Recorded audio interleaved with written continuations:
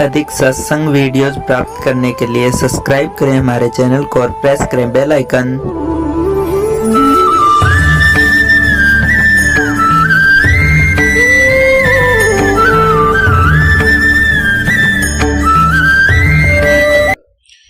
अब ये विचार करने की बात है कि समर्थ जो थे, अगर वो श्री ब्रह्मा विष्णु महेश जी समर्थ होते तो ये राक्षस लोग इनके आड़े नहीं आ सकते थे।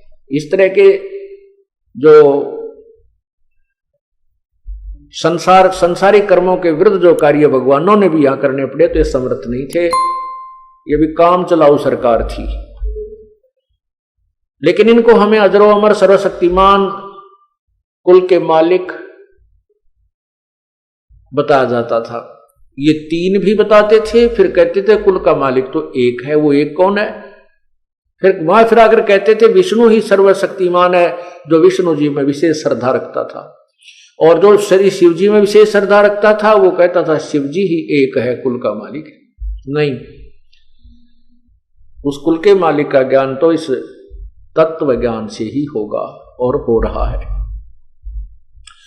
तो अब हम क्या कहते थे कि क्या भगवान विष्णु ने श्री कृष्ण रूप में जब आए थे, राजा मोरध्वज के पुत्र ताम्रध्वज को आरे से चिरवा के जीवित कर दिया था। इस आधार से इनको सर्वशक्तिमान बताया करते थे। दूसरा कहते थे कि भगवान श्री कृष्ण ने गोवर्धन पर्वत को हाथ पर उठा लिया था, इसलिए भगवान थे। तीसरी महिमा करते थे कि भगवान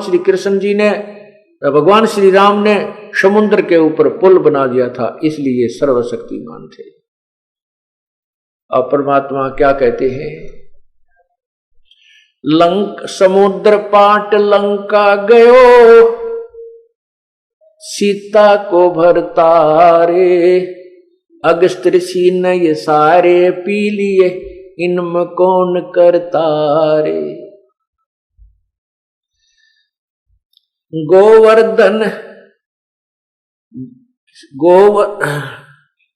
गोवर्धन श्री कृष्ण धारो, द्रोण गिरी हनुमंते, और शेष नाग सब सृष्टि उठारा, इनमें कौन भगवंते। कि जैसे आपके दंत कथा पौराणिक कथाओं में ये लिखा है, आप बोलते हो कि शेष नाग ने सभी ब्रह्मांडों को अपने सिर पर रखा हुआ है, उठा रखा है, और फिर तुम इस एक पत्थर को उठाने मात्र से, एक पहाड़ को उठाने मात्र से श्री कृष्ण जी को ही परमात्मा सर्वशक्तिमान मानते हो, तो हनुमान जी ने द्रोणागिरी पर्वत उठाया था। और शेष नाग फिर सारी पृथ्वी सृष्टि उठा रहा है, जिस पर पृथ्वी भी रखी है। तो अगर इस दृष्टिकोण से, इस आधार से तुम प्रभु मानते हो, तो इनमें कौन सा भगवान हुआ?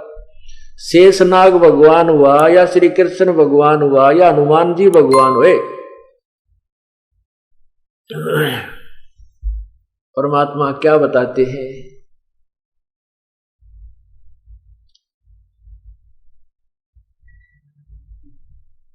कि ये सब ज्ञान का उलछेड़ा तुम्हारे अंदर है, तुम ज्ञान को समझ नहीं पाए।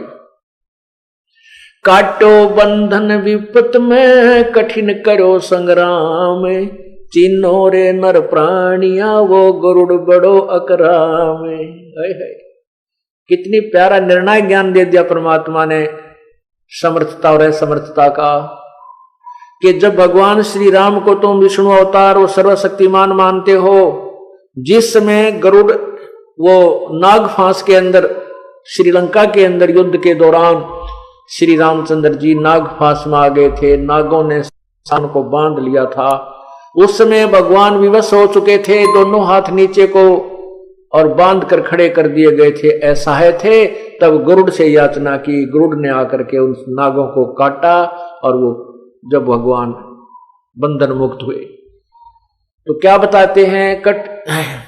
काटे बंधन विपत में, कठिन कियो संग्राम, चिन्हो रे नर प्राणिया, ये गरुड़ बड़ा अकराम। ये तुम्हारा राम बड़ा है या गरुड़ शक्तिशाली हुआ?